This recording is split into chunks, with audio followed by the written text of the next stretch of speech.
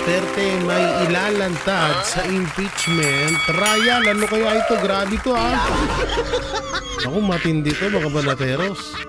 Mga kabiyaya, baka ito na yung matagal nating inaantay na mga ebidensya na hawak ni Vice President Sara Duterte. At baka napili niyang talagang panahon na para ilabas itong impeachment trial laban sa kanya.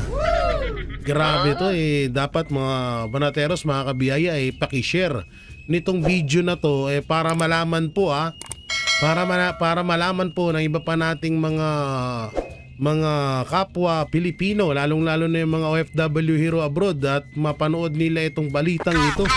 So ano nga ba yung maaaring mga ilalabas ni VP Sara Duterte sa tawag dito sa darating na impeachment trial? Kaabang-abang ko ito mga banateros, mga kabiyaya. Ito na ba ang magiging katapusan ng administrasyong Marcos? Sana nga. At syempre, bago natin ito simulan, don't forget to like, share, comment, and subscribe sa ating YouTube channel. Pindot na lang dito yung bell button para lagi kayong updated sa ating mga video araw-araw. At ayun, pakidamay na rin po ang aking TikTok account na J Guevara TV at aking Facebook page na Banateros, JG Banateros. At syempre, yung mga kasamahan ko rin sa Banateros Brothers at abangan nyo po yung bagong member namin. So hulaan nyo dyan kung sino yung magiging bagong member ng Banateros Brothers. Kilala nyo ito. Itong vlogger na ito. Kilala nyo at i-comment nyo na lang dyan kung sino yung sa tingin nyo ay tawag dito. Sa tingin nyo ay miyembro. Magiging miyembro ng Banateros Brothers. At ayun grabe talaga tong mga nangyayaring issue ngayon. Lalong-lalo na dito kay bagong Senate President na ata si Loren Legarda, pero may dyan, abangan nyo sa video natin, may tawag dito, may parang may panganib na parating. May panganib na parating dahil dyan sa pagiging Senate President or Madam President ni Loren Legarda. Nakapalitan nata ni Soto. Hindi ko alam kung anong mismong tawag doon. I-comment nyo na lang dyan kung ano yun. Pero mamaya natin i-upload dyan 6 PM po. 5:55 PM ang upload natin sa pangalawang video. Sana pakishare din po ang mga video natin para mapanood pa po ng iba pa natin mga kababayan. Samantala, dito muna tayo sa mga susunugin natin. May apoy dyan pero hindi lahat ng inilalagay dito ay sinusunog. Yung mga dapat lang sunugin. Ibig sabihin, pag nakita nyo dyan sila BP Sara at maayos naman yung mga nandyan yung nakalagay dyan, hindi natin yan sinusunog. Baka sabihin nyo, Sir J, ba't pati si BP Sara sinunog mo? Hindi Ito. Katulad na lang ito dapat sunugin din talaga to Grabe Pero yun yan Alam ko po na nakita nyo na to, pero gusto ko lang paulit-ulitin sa inyo na ang utang po ng Pilipinas ay 7.71 trillion na. Palakpakan. Come on, man. Palakpakan You serious? Basahin natin. Umakyat na sa 17.71 trillion ng kabuuang outstanding debt. Paano ang hirap naman ang hirap naman huminga pag binabanggit yun ng Pilipinas sa pagtatapos ng 2025. Ayon sa Bureau of the Treasury, mas mataas ito ng 1.66 trillion o 10.32% kumpara sa 16.05 trillion na naitala sa pagtatapos ng 2024. Tindi nun. Ikaw din ba nahihiwagaan ka na rin? Come on, man. Nahihiwagaan ka na rin ba kung saan napupunta itong pera na to? Nahihiwagaan ka na rin kung bakit patuloy ang pagtaas ng utang ng Pilipinas. Wala naman na nangyayaring proyekto or wala namang proyekto etong si Marcos Jr. Aban ako. Oh, come on, man. Aban ako. Mahirap yan. Grabe, no? Putang ina. Ang ano? Alam mo, talagang nasa kanila na yung lahat eh. Ang lakas nilang mangupit, ang lakas nilang magnakaw, ang lakas nilang mangutang, ang lakas nilang humithit, ang lakas nilang magsinungaling, ang lakas nilang mangloko sa taong bayan, lahat na, nasa kanila na. Tanginang yan, parang kinuha na talaga lahat. Wala nang tinirang kasalanan sa iba. Sinalo na ng administrasyong Marcos lahat eh, no? Lupit.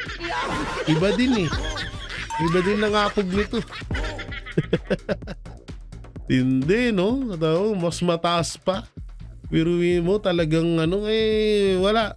Kaya nga, ulit-ulitin ko sabihin sa inyo na kung sakali man na hindi, pero alam naman na natin na sureball na yan, no?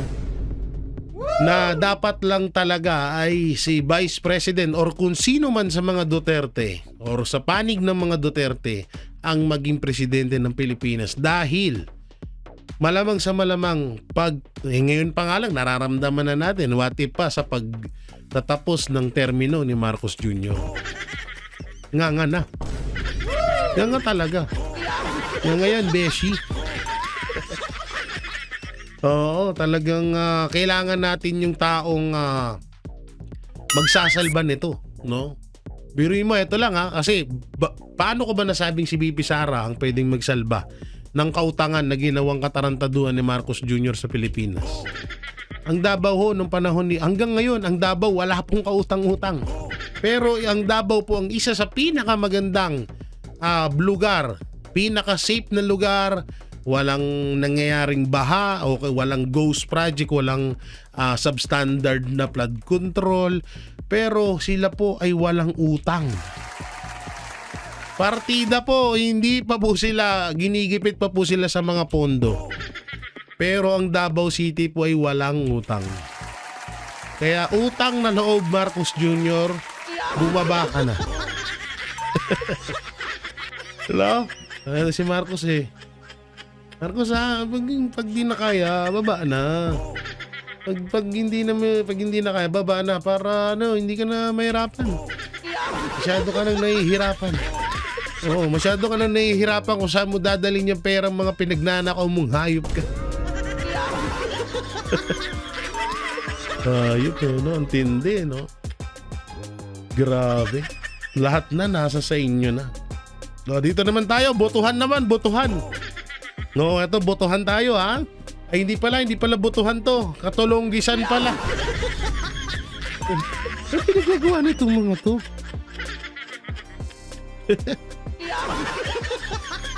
Panginang yun Hindi nyo ba alam na kabastusan tong ginawa nyo to? Hindi, ito mame, i-explain ko sa inyo bakit kabastusan to. Na hindi karapat dapat nilang suotin yan. I-explain ko, basahin muna natin.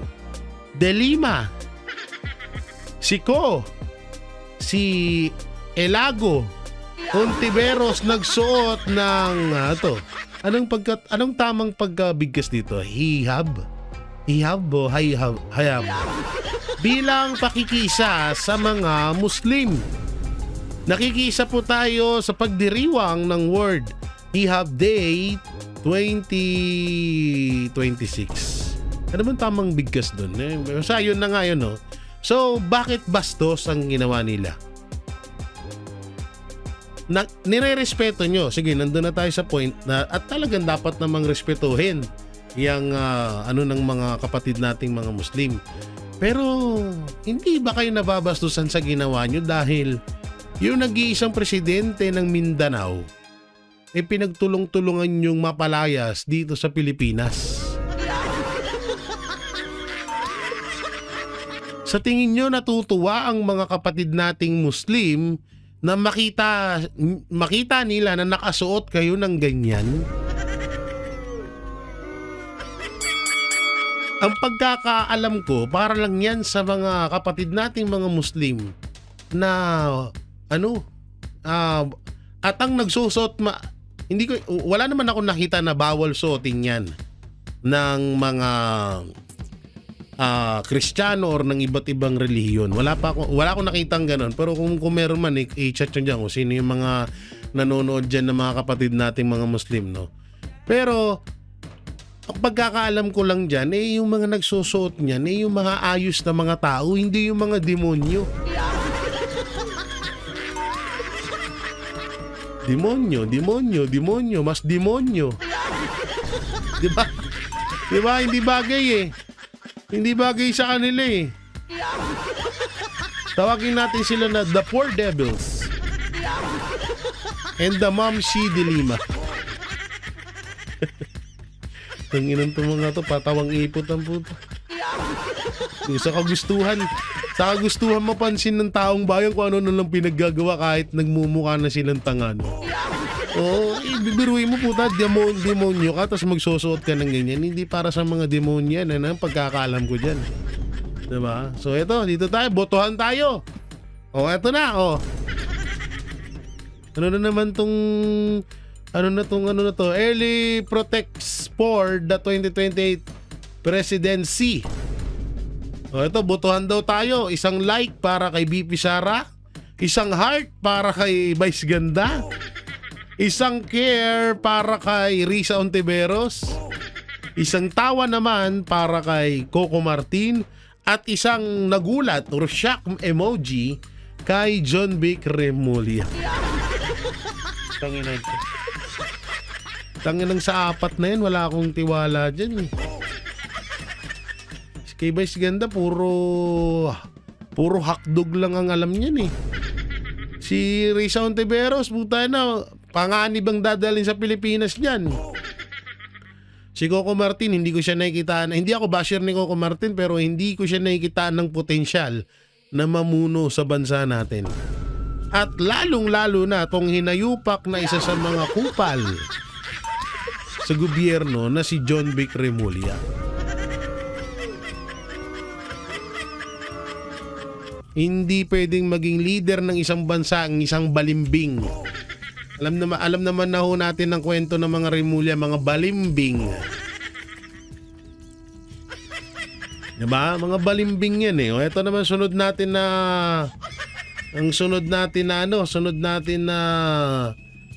tawag dito, sunod natin na pagbobotohan. Ito, ang garapata ni Marcos. Bakit buhay pa si Trillanes kahit walang trabaho? Ang gandang tanong nito ah. Comment nyo dyan ha. Mayaman talaga siya? Bayad siya ni BBM. So dalawa pong answer. Lagay nyo. Yung una po is mayaman talaga siya. Or number 2 ay bayad siya ni BBM. Magandang question and answer to.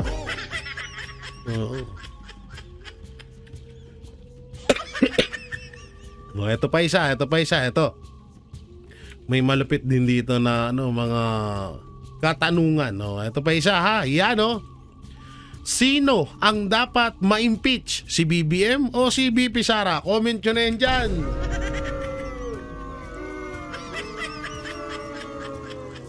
Alam naman na natin ito.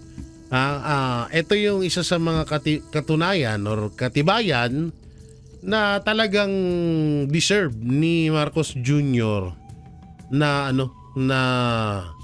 ma-impeach, no? Deserve niyang ma-impeach dahil sa mga pinaggagawa niyang ito. So, eto pakita ko sa inyo, no? Para talagang maliwanagan kayo na bakit si BBM ang dapat na ma-impeach. So, ito pakita natin yan sa inyo. Ayusin lang natin yung font ng ating ayan ang ninaw po niya, no? Tingnan niyo yung mga hinahanap natin, sa totoosin kulang pa po. Wala pa yung iba dito. Ano pa lang to, siguro 20% ng nakawan na ginagawa nila. Kaya ito yung deserve ni Marcos Jr. na ma-impeach dahil hindi niya may paliwanag yung 241 billion na insertion in in 2025 GAA illegal insertion national budget in 2025. Tapos yung 500 billion sa flood control budget, hindi niya rin may paliwanag. 250 billion Maharlika funds, asan na? 129 billion gold reserve sold, asan na? 89 billion PhilHealth funds, sasabi ibabalik daw ang 60 billion, hanggang ngayon nga pa rin. At marami pang iba. Nandiyan ang GSIS, SSS, Land of the Fields funds, and the DBP funds and Small Town Lottery Prize Fund. Diba? So sino ang dapat iboto natin na ma-impeach? Siyempre walang iba kundi si Marcos Jr. Hanggang ngayon hindi niya may paliwanag to, at ito ay patong-patong na. Hindi lang ito ang hinahanap na sa kanya, ang dami niya. Sobrang dami na. Sobrang panalo na si BBM. Kung ano nga kung may tournament sa pagiging kawatan, eto na yung hari. Hari na to si Marcos Jr. Kaya dapat sinusunog yan. Oo, yan ha. O eto pa isang dapat sunugin. Matapos batikusin si Recto, idineklarang persona non grata si Representative Elisa Lipa, Batangas. Ang lupit. Puta na, ngayon bawal ka na talagang mambatikos.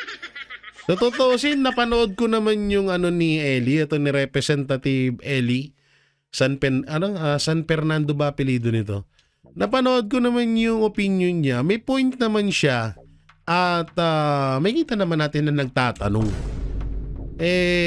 Kaso nga, etong si Recto is matindi pa pala to kay Mr. Marcos Jr. Oo, tangina mas kung yung ibang mga kongresista at ibang mga opisyal ng gobyerno ay balat sibuyas, eto ay balat ng ipis. Sobrang nipis eh. 'Di ba? Grabe, no? Tanginang yan. Kapag nasasaktan sila sa mga opinion mo, pag tumatagos sa kanila, talagang may gagawin silang hindi mo aasahan. So katulad dito, pinersona non grata. Tsaka ito bakit hinahayaan na magkaroon ng persona non grata sa kautusan lamang ng isang tao? Diyan ako nagtataka eh. 'Di ba? Yan yung katakataka na bakit kailangan sundin ang kautusan ng isang tao. Alam naman na natin na malakas or lugar ng mga Recto or ng mga nila Vilma Santos na asawa ni Recto ang Batangas. Pero kung iisipin nyo naman hindi naman to katulad ni sino yung bakla na persona non grata? Si Pula Luca Vega ba yun, no? Hindi naman siya katulad nun. Yun, talagang yun. Talagang deserve niya na persona non grata. Pero eto nagbigay lang ng opinion niya eh. Hindi ko to kinakampihan si Eli, binabanatan ko to kasi may video to na pinapalabas si Senator Bato. Binanatan ko to, pero syempre mali siya doon. Pero ngayon natama naman siya. Bakit kailangan siya i-persona non grata? Dahil binatikos lang itong si Recto. Mga kabiyaya, mga banateros, dapat pong dapat po tayong dapat po tayong dapat po tayong mag-ingat na rito kay Recto. Baka mamaya sumampa to sa isa sa mga mataas na posisyon sa gobyerno katulad ng mga senator. Baka ipanalo nyo pa yan. Tatandaan ho ninyo yung mga pinagagawa nito. Biruin mo, representative na to. Congressman yan. No, isang representative sa isang lugar yan. Yung si Eli San Fernando. Pero, ganito pa yung ginawa. What if tayo ng mga ordinaryong Pilipino? Kawawa tayo dito. Kawawa tayo dyan. Ihari tayo dyan. Oo, at eto pa, speaking. O eto ito yung sinabi niya, eto. O tama ako, Eli San Fernando. Hindi naman niya mapipigilan yung paglaban at pagsusulong natin ng karapatan ng mga manggagawa at sa kung ano yung tingin natin na tama. Yan po yung komento ni Representative Eli San Fernando doon sa ipinataw sa kanyang persona non grata sa Lipa, Batangas ni Recto. Sino pa bang nagutos? Di si Recto. Paplastikan pa ba tayo dito ngayon? Hayaan mo na tawag dito Representative Eli San Fernando ganyan talaga tropa kanila Libiste tsaka nila Miao Miao alam mo naman diring-diri sila doon. Ayaw nila, di ba? Ayaw nilang babatikusin mo sila ng ganyan-ganyan talagang magagalit sila. Ayaw nila ng ganyan na parang babatikusin mo ako. Tropa ko ang presidente. Nako. Iyari ka kaagad dyan sa mga yan. Talagang gagawa ng ng hakbang yan. Gagawa ng paraan yan para mabatikos tuloy. Para mapatalsik kayo. Tingnan mo yung ginagawa ngayon kay di ba? Tingnan niyo yung ginagawa ngayon kay sino ba to? Tingnan niyo yung ginagawa ngayon kay Kiko Brasaga at kay Libiste. Diba? So, ganun talaga tropa kanila kaya eto, dito muna tayo. Speaking of Kiko Barsaga, planong pagpapalawig ng suspension ni Congressman Kiko Barsaga ikinondena ni Kong Pulong Duterte. Ang karapatan ni Representative Kiko Barsaga sa malayang pagpapahayag ay kayagang pinoprotektahan ng konstitusyon ang pampolitikang pananalita, lalo na kung ito ay kritikal, matalas o hindi komportable, ay hindi isang krimen or krimeng dapat parusahan sa isang demokratikong lipunan. Sabi ni Congressman Pulong Duterte. Wala ganun talaga, nasasaktan sila Sabi nila, hindi tayo makakagalaw. Kaya nga yung iba dyan, sa totoo lang yung iba dyan, mas maganda rin siguro na may matitirang tahimik lang muna para alam yon yung tipong para malaman niya kung ano yung ginagawa talaga nung iba dyang mga buhaya sa loob ng House of Representatives. No? Dito kasi kay Kiko Barsaga, naramdaman agad nila na hindi natin mahahawakan sa leeg tong batang to. Yari tayo dito sa batang to. Mabibisto tayo dito. Hindi natin to katulad, hindi to kawatan katulad natin. No? Hindi to kawatan tulad natin, katulad nito. Speaking of kawatan, ay hindi pa pala to. Tsaka na natin pala to pag-usapan, Nasaan na yan? Nasaan na yan isa pa? Meron dito. Yan, ito. Ito. Sabi niya, Dear Congressman, so bawal magmiyaw-miyaw, pero pwedeng magnakaw. Kirahula ka, Sir Greco Belli ka. So ganyan na pala ngayon, bawal na mag-meow-meow. Pwede lang, pero unlimited ka magnakaw. Ang galing. Ganyan na pala ngayon ng kalakaran nila. Ang galing ni ni Sir Greg. Napatawa mo ako dito, Sir Greco Bellica. Kaya okay lang, bawal mag-meow-meow, pero okay lang magnakaw. Ang lupit. Tindi no? Gravity. Oo, Gravity yung tangina. Yung alam mo yun na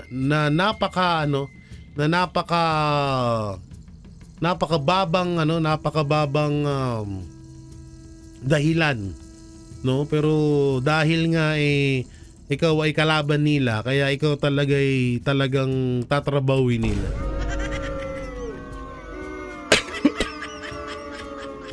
Lupit. Ang tindi.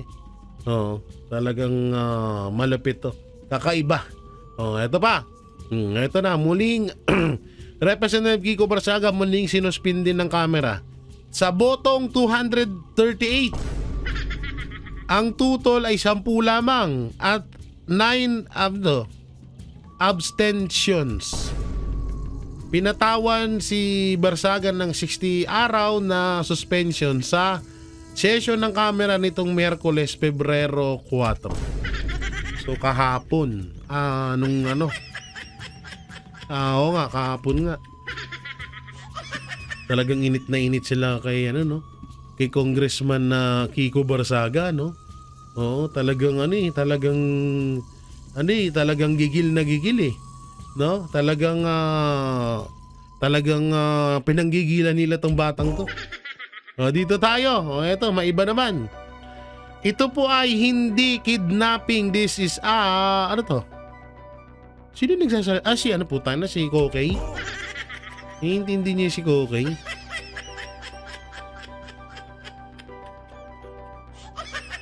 Wala, na yan si tawag dito. Si Kokey, wala na yan hindi ko na pinag-iintindihan si Kokey. Dawa ng tanginang yan pinagsasabi niya, Internal Criminal Court. Hindi daw kidnapping yun. Anong tawag mo doon? Hostage. Tanga yarn? Pangit na tanga pa? Ano ba yan? Akala ko ba nakagraduate sa Harvard to? Sabi nila graduate daw ng Harvard to, no? Si Terry Redon.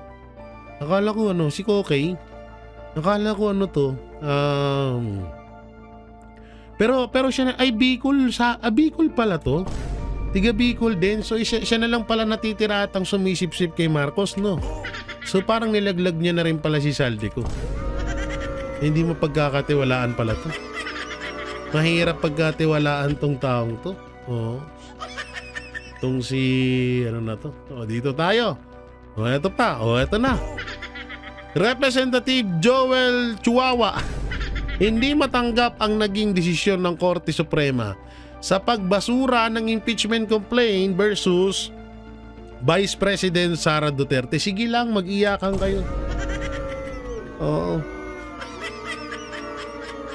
Mag-iyakan kayo na mag-iyakan. Okay lang yan. Tawag dito. Alam naman na namin na talagang mag-iiyakan kayo dahil nga excuse me, bahing lang ako. Alam ko naman na talagang hindi nyo gusto yan. Ang nakakatawa lang dito, putang ina, naging congressman ka lang, feeling mo dapat ka nang paniwala sa Supreme Court. Ang laking kabobohan nun. Diba? Sobrang laking kabubuhan nun.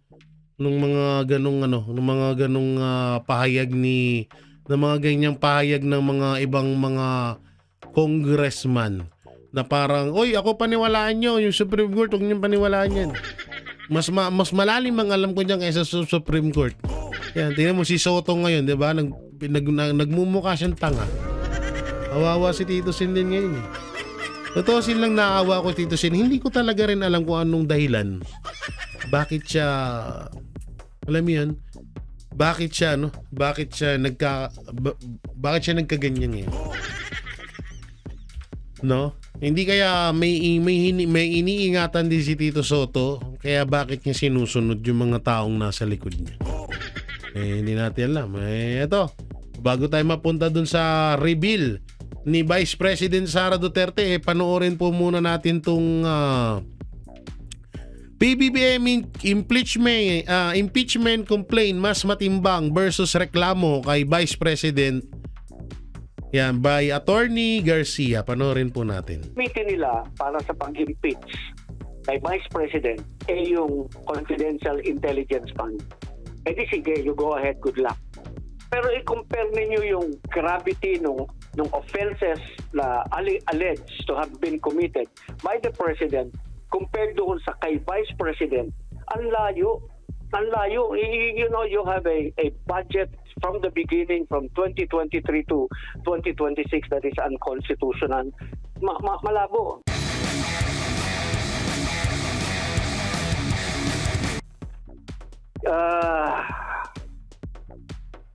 Good and bad. Bakit po? Hindi ko maintindihan dahil bakit napakaaga ng kanilang... Anyway, that's good that they filed early dahil ang linaw-linaw ng sinabi ng Korte Suprema na in this case, no, doon sa case ng Duterte versus House of Representatives, the 3 impeachment complaints were properly endorsed within the 10-session-day constitutional requirement. However, the 3 impeachment complaints were archived and therefore deemed terminated or dismissed on February 5. Very clear. Therefore, no new impeachment, if any, may be commenced earlier than February 6, 2026. Yun. So, tingin po ninyo mali na naman yung filing, attorney. Masyado excited? Oo. Pares ata kami ni Sir MJ na pause. That is barred. Yeah, if they have a different reading, di okay lang. Sila kanila naman diskarte yan eh. So, ayaan na natin sila doon dahil hindi lamang minsan binanggit ng Korte Suprema yung hindi pwedeng bago earlier than February 6. So February 7 pwede na, pero yung diskarte nila di okay lang. Maunawaan lang nila at maunawaan din ang ating mga taga-subaybay, no? Yung constitution natin, you read our constitution according to the text, that how it is written, di ba? You also read it, yung mga abogado, you read it according to the rules of statutory construction and interpretation, mga ganon. And more importantly, yung decisions ng Supreme Court, it becomes part of the law of the land, it becomes part of the Constitution. So merong decision yung Supreme Court dyan sa Duterte versus House of Representatives, it has become part of the constitutional provision doon sa Article 11 ng ating 1987 Constitution and therefore should be interpreted in accordance with this ruling. Maraming magandang sinabi ang Korte Suprema doon sa paano natin dapat i-treat yung impeachment, paano natin dapat i-proceed and how it should be handled dapat ng partisan, things like that, yung ganon. So, discarte nila yan. Kung yun ang kanilang base, yun ang kanilang interpretation, di okay lang. Natutuwa si Atty. Torian yan, magkano yan. Opo, pero di ba attorney, hindi pa naman nagkakaroon ng initiation, na-file lang, wala pang balita kung na-refer na ito sa Committee on Justice, yung pong reklamo laban kay VP Sara. Okay. Well, hindi pa nga na-initiate pero na-file na nila. It will follow as a matter of course kasi ang sinasabi ng Constitution is that it should be immediately referred to the Speaker who shall include it in the order of business within 10 session days. Diba? So, tuloy-tuloy yun eh. Wala silang discretion na kung kailan yan magsisimula, yung mga bilang ng araw na yan, wala rin silang discretion kung kailan yan matatapos. Basta sunod-sunod yung sequence, it's in accordance with law. So, yun yung kanilang susundin. Opo, sir, ano po ang tingin ninyo kanina ay hindi po muna nag-decide no yung Committee on Justice sa sufficiency in substance ng reklamo laban kay President Marcos naman. Pero maraming congressman kanina ang nag-point out na talagang mahina yung De Jesus complaint. Anong masasabi niyo, sir? Ganito yun eh. Yung initiation kasi unang-una muna is before you are able to take action, initiate on the complaints that have been filed. Kailangan meron kang dalawang pagbabasihan ng iyong aksyon. No? Kasi sa Article 11, Section 3, sa Paragraph 8, kailangan yung House of Representatives ay minamanduhan. Kailangan mag-promulgate sila ng kanilang rules on that para it is to effectively carry out the objectives of the constitutional provision. So, bali, ang totoo is that the authority of the House of Representatives to initiate an impeachment proceeding is based on two foremost and fundamental document. That is the Constitution and the House Rules. Okay? So, wala silang House Rules ng 20th Congress. Meron sila, yung sa 19th Congress. Ang sabi ng Supreme Court, doon sa kaso ng Duterte, effective yung House Rules ng 19th Congress because meron mga binago. For example, yung verification, hindi nasunod. Yung initiation, binago nila yung ibig sabihin. So they really have to change this. Hindi pwedeng mauna yung initiation. Guys, ito panoorin natin to. Yung interview sa attorney ni BP Sara Duterte para mas lubos nating maunawaan. Mary Grace Piatos, may binanggit ba kayong ganon? Ano ho ba ang tumpak na inyong pagkakasabi? Magandang hapon po sa inyo. Si Henry Yan, Uy at si Karen Uy. maganda to. Magandang hapon po, attorney. Hi, magandang hapon din po, Sir Henry at Ma'am Karen. Salamat po sa invitasyon. Opo, kami napatawag sa inyo sapagkat may lumabas nga pong mga bali-balita na tila ho ang tema ay handa kayong iharap daw yung Mary Grace Piatos. May binanggit ba kayong ganon? Ano ho ba ang tumpak na inyong pagkakasabi? Nako! Ay, mukhang na-misconstrue lang po. No? Salamat po sa opportunity para din malinawan ng ating mga kababayan. Wala naman po sinasabing ganon. Ang sinasabi po natin ay handa nating harapin lahat ng aligasyon. Ina rin yung mga... Iyaharap si Mary Grace Piatos. Di ba dati bali-balita, di ba si Lisa Araneta Marcos daw yan si Mary Grace Piatos. Di ba? Di ba si Lisa Araneta Marcos daw yang si Mary Grace Piatos? Ewan ko lang, correct me dyan sa comment section kung hindi ba ako nagkakamali, pero parang yan yung parang narinig ko na yan. Oo, parang yan, alam mo yun, parang may napanood akong balita na may nagsabing si Mary Grace Piatos daw ay si Lisa Araneta Marcos. At ayan, okay, wait. Oo, kasi may sinabi dati si BP Sara na may voice call. Hindi ko alam kung voice call, voice message, or video call etong si Lisa Araneta Marcos kay BP Sara na na tawag dito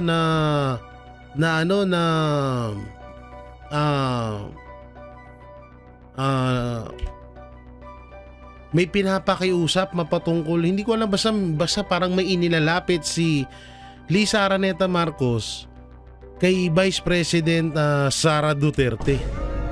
Sa totoosin nga yun, eto nga nagkamali ako ng pinilay kanina kasi dito sa doon kanina ginugurgur tayo doon doon sa channel na yon kasi kalaban natin yun. Kaya dito tayo. Dito kahit papano, alam naman din natin na ano rin etong network na to, pero kahit papano ay goods naman. So dito. Well, it was, Ito latest kasi, ito yung pinaka-latest interview eh. and Frank, it was very difficult because you were attending all these hearings, no? And then you yourself were being asked certain things and questioned and investigated on certain things, and then you come out and say things in the media. You know, the dynamics were a bit quite. It's very difficult for me to say exactly what I needed to say as a spokesperson and also respond in the House. Because syempre, alam mong mas gusto kong sagutin na lang yung mga tanong ng mga congressmen right there. And then I didn't want to have to amplify what I just said right after, no? Parang I'm trying Pakinggan to natin defend to na myself maigi. even outside the forum. So I felt that I wouldn't be doing justice to the job. So nag-usap naman kami. This is something, kaya nga parati kong sinasabi, it was a mutual decision. Because pinag-usapan naman namin ng maayos yan. And she also saw that she needed probably a spokesperson who could speak that was not too close to the issues at hand. And who did that end up to be? For a long Sorry, time, hindi ko na wala eh. maalala. For a long time, hindi yata nagkaroon ng spokesperson ng OVP at that time. And then, I think recently, they had someone else come in, si Attorney Castelo, but only to that's speak on right. OVP matters. Right. But just on the office. Yeah, kasi kahit ako, yes, I spoke to Attorney Costello also, pero ikaw talaga yung tinatawagan namin, kinukulit namin on. All right. So, what exactly is your role now? Right now, I'm not. It's good that you asked that question because I think some people are still quite confused. No, so I'm no longer part of the OVP. I'm no longer in government service. But even when I was in OVP, it was really on a consultancy basis only. I was not part of OVP per se. And right now, I'm back in private practice, and I'm just really one of her lawyers dito sa defense team. I have been for a while already. Since when? Magaling din tong I have attorney been na her to eh. lawyer kahit nung wala pang impeachment right after I left DepEd. So, she Pagalis engaged mo me ng as private DepEd, wala pang counsel. impeachment nun? Wala pa. I see. Wala pa. Umalis kasi ako sa DepEd, that was July 2024. Okay. So, wala pang impeachment noon. Impeachment only came in. December. The first complaint was filed December 2024. December 2, and then all the way till February, yun nga Hanggang nangyari. 2025. So, I was pagalis her mo ng private July, counsel. the Vice President kept you as her lawyer? Private, on the private side, no? So just on her other affairs, but not really on government operations anymore. So, and then I was also spokesperson at that time in OVP, but again, it was just a consultancy contract. So it appears you seem to have a good relationship with the Vice President. I'd like to say that, yes. I mean, I've been known to work with her since 2022, so I've also known the person herself. So, and you know, it's been a good ride. Okay, all right. So so Attorney Poa now is one of the lawyers. How many firms are representing the Vice President in this impeachment complaint? Well, there's the big firm, which is of course Fortune Narvasa and Salazar FNS Law. No? That's headed by Attorney Siegfried Fortune, Attorney Audrey Narvasa, and Attorney Sheila Sison, who is really the senior partner in charge here. As well as we're also working with other lawyers outside Fortune Narvasa, which is of course myself. I have my own little law firm also in Makati. And we also have Attorney Mark Vinluan and Attorney Ralph Bodota. So that has always been the team since day one, and nothing has changed. So Still you the mean same. since 2025? Since 2025, Since late yes. 2024 going into 2025. Oo, Kayo but- rin talaga. Kami na talaga, but actually, and this has been said by the Vice President even in interviews, no? 2023 pa lang the defense team was already being formed. Kasi back in 2023, marami ng mga groups, through interviews, lumalabas na may mga planong mag-file ng impeachment. So at that time, she was really preparing already, and so she already sat down with me. We sat down with Attorney Fortune and others, and the team was already being formed actually late 2023, if I'm not mistaken. Are you really readying yourself more this time around than the one last year? To be honest, the same. It's the same. Last year, even if we filed the petition before the Supreme Court, as you know, we were also preparing na talaga for trial. So, if you ask me, I'll be very frank with you, there's really no difference. The thing is, At least with this year, we already started last year. We never stopped. Even when the favorable decision, at least favorable for the Vice President, came out, and the motion for reconsideration was filed by the House and it was pending, we never stopped preparing. We still met regularly. We still collaborated Why? with each other. Why? What is new? What is something to prepare for upon waiting for the decision of the Supreme Court on the motion for reconsideration? Kasi July yung kanilang Yan, magandang decision, tanong yan. and then January 2026 yung kanilang second decision, well, their Because- decision on the motion or MR. Because to be frank, whatever happened, we knew there would be a second round of impeachment complaints. You know, the Vice President always told us that hindi pa tapos ang laban. Kahit manalo tayo sa Supreme Court ngayon, next year meron na naman yan. And true enough, diba? So that's why when the impeachment complaints were filed last Monday, if you remember, we came out with a statement saying exactly that it did not come as a surprise. To the Vice President. We knew it was going to happen regardless.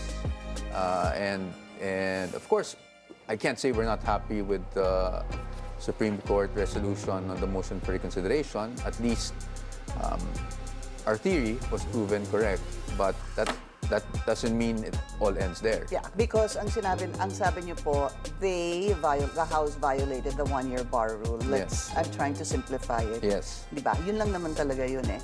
Sabi ng House, hindi totoo yan. We did not violate. Guys, mapakita ko sa inyo mamaya yung maaaring mga ilabas ni VP Sara Duterte sa impeachment trial. Pinapanood ko lang to para malaman din natin kung ano yung preparasyon na ginagawa ng Office of the Vice President sa mga isyong kinakaharap nila. Violate the one-year bar rule, but the Supreme Court already ruled. Yes, You did. exactly. They did. The second one, of course, is the question on what will happen if matuloy po ito. So, let's just quickly talk about the impeachment complaint that was filed against the Vice President. There's really an issue here. I had Kiko Aquino D yesterday of Tindig Pilipinas. I asked him. They filed Feb 2. Feb 2, thank you, Feb 2, when all of us knew, at least from the July 2025 decision, that the reckoning date was Feb 6. Kumbaga, the earliest impeachment complaint that can be filed against the Vice President is going to be Feb 6, this coming Feb 6. It is Friday. Feb 4 now, Yeah, dapat sa Friday. Pero nauna po sila eh. Ano ho ang inyong naging tugon doon sa pag-file? I mean, were you honestly just thinking that here we go again? This is going to be violative of the Constitution. Well, to be honest, we did expect they would file Feb 2, although we already heard... did? We did not Did expect not. that they would file Feb 2 already, but we already, heard some things the night before. As you know, it's a small circle, so we've heard some things the night before that there might be groups filing the day after, which was a Monday.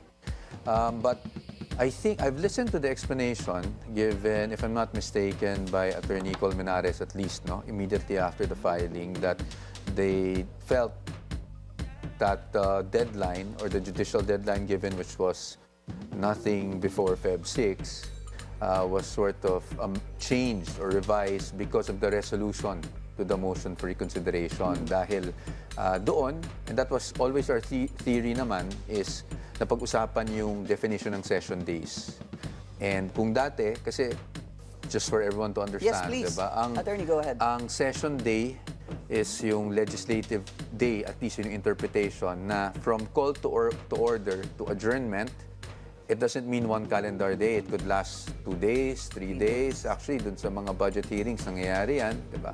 But our theory before, when we filed the SC petition, was that a session day is equivalent to one calendar day wherein a session was in fact held.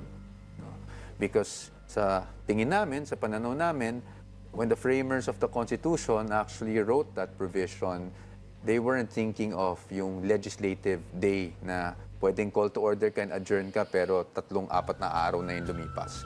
Because obviously, if impeachment ang pinag-uusapan, expediency is key, di ba? Kailangan, kung sa tingin mo may katiwalian at mataas yung opisyal, impeachable officer, dapat may timeline na ma-aksyonan yung impeachment complaint. That's why under the Constitution, they have 10 days Talino from nitong receipt of the attorney na to. complaint to table it or include it in the order of business, 10 session days, Right. And then 3 session days after that to refer it. to the appropriate So committee. that was our theory, and because that was upheld during the resolution to the MR, they felt that if I may be wrong, but this was what I heard from Yeah. Attorney Colmenares, that then if you take it that way, then If it you would have take to mean expired this session days January equals 14. calendar days, Oo, yes. na-trigger na by January 14, I think, no, yung 1-year bar kasi hindi na aksyonan by January 14 yung 10 session days. So dapat by January 16 pwede na. That's their point. Of course, that's their position. Kami, to be honest, pinag-usapan din namin, di ba? Siyempre. Imposible naman sabihin ko sa inyo, ma'am, na we did not discuss it in the team. But as I've said in previous interviews, Tama naman, tama. we would like to reserve commenting first. and Talino giving our nito. position on the matter. I saw one interview of yours, but it just makes sense, basically, that if you already questioned way back the session days with how the House defined it and how the legal team of the Vice President defines it under the Constitution, which actually wasn't really clear, why would you not even, I mean, I think it's almost automatic that you would question this because, let me read this, in the July 2025 decision, the 3 impeachment complaints were archived and therefore deemed terminated or dismissed on Feb 4, 2025. Therefore, no new impeachment complaint, if any, may be commenced earlier than Feb 6, 2025. That is 2026 rather. That's, I'm sure, pretty much the wording during the July 25 Yes, that's true. decision. That's correct.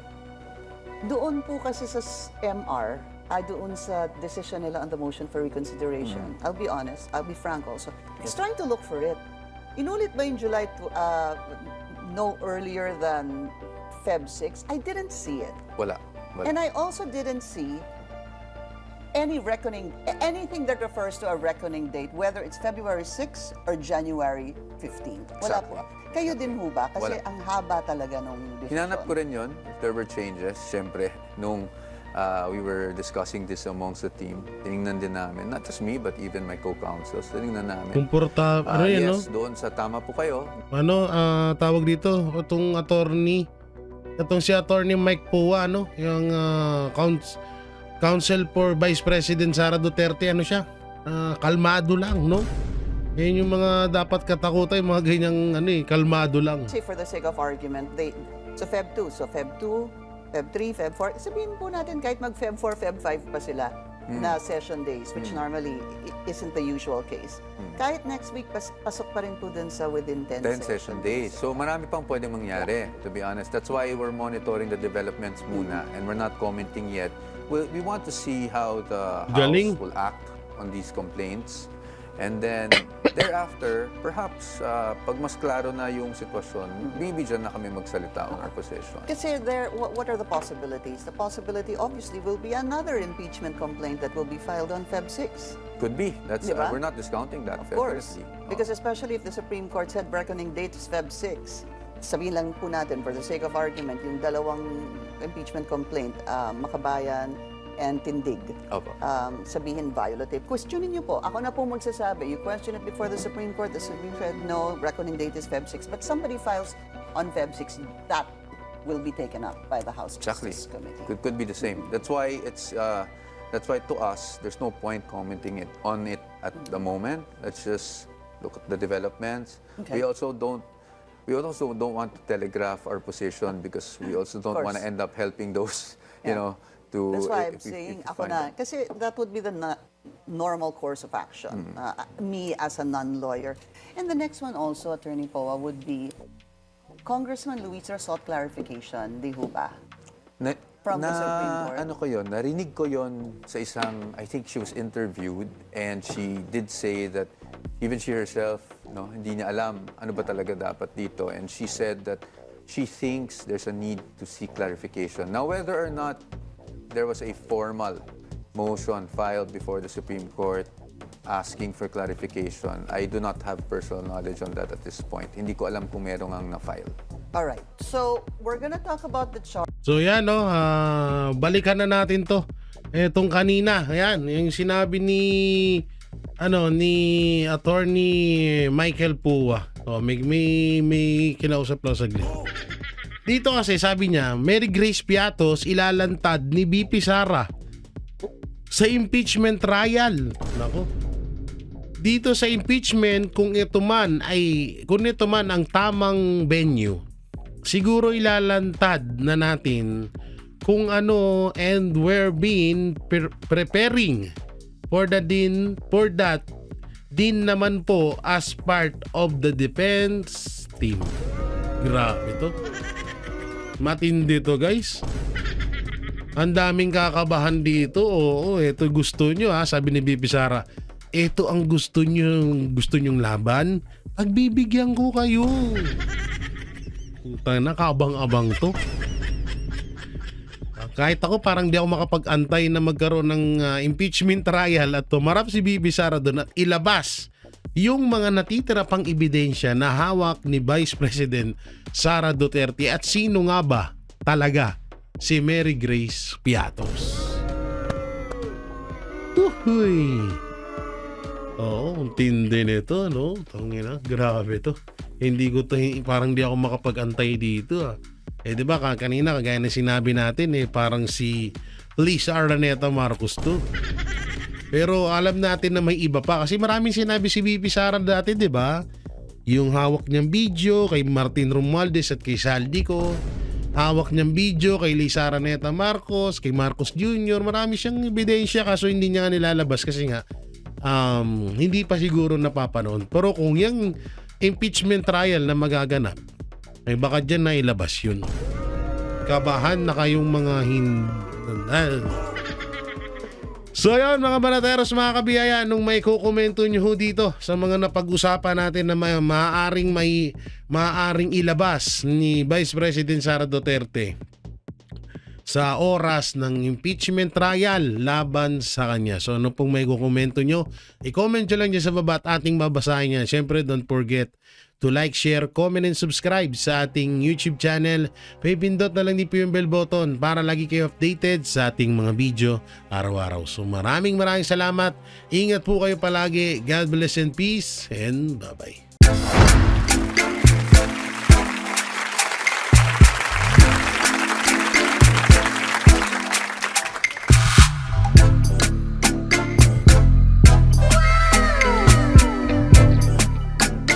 The next performance will start momentarily.